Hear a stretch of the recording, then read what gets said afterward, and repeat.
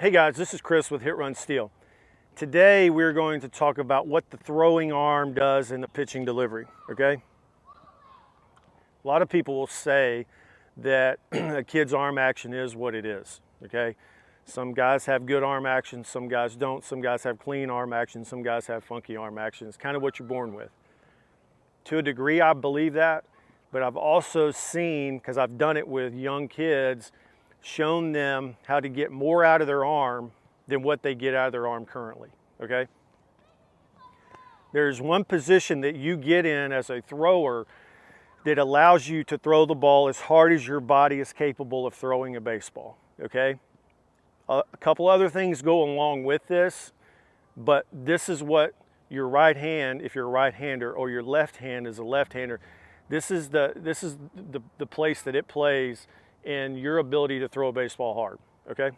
So when I break my hands as a thrower, whether I'm an infielder, I'm a catcher, I'm an outfielder, or I'm a pitcher, but specifically as a pitcher, but it works with all of this, okay? When I break my hands, okay, I want to break my hands with my palm facing down to the ground. I don't want to break it with them going up. Now, there are guys who have done that and they've thrown hard doing that, but they do some other things that I'm going to show you in a minute. But as a general rule of thumb, when I break my hands, I break it with my palm facing down at the ground, okay?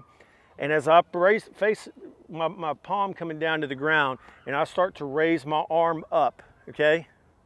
When I start to raise my arm up and I get about right here, I want my players, your son, your daughter, whomever you're teaching or whoever's watching this, as I start to come up, I want my elbow to pull back like this, okay? What that allows is that allows, people talk about it in hitting now, it's just a way for people to understand what's happening, okay? Your scapular muscle wraps around your shoulder blade back here. I'm just loading my scap, okay? You'll see a lot of kids who don't throw hard, or mainly kids, you know, because if you don't throw hard, generally you don't last long in the game, no matter what position you play.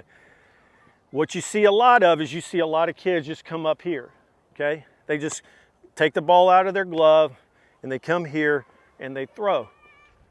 I don't have the ability to load my arm when I do that, so I'm not generating any force with my arm. If you watch any Major League Baseball player, any high-level college baseball player, or any young player who throws hard for his or her age, one thing you're going to notice is as they start to come through, that scap loads and their elbow, the further I can pull my elbow back, the harder I'm going to throw, okay? Now, in a later video, we're going to talk about hip to shoulder separation, and that is along with pulling your scap muscle back and your hip opening at the same time, which we'll talk about later, that allows you to throw as hard as you can, okay?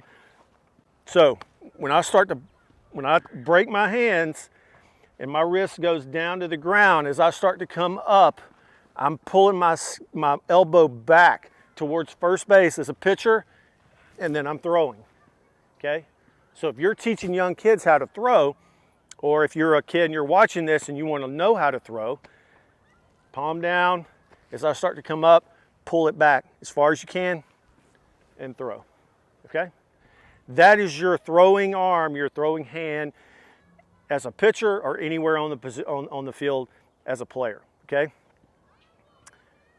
Go to our other videos, go to our other pitching videos in our blog section, and you can see a lot more on the pitching delivery from the feet all the way up to the head. All right, thanks a lot.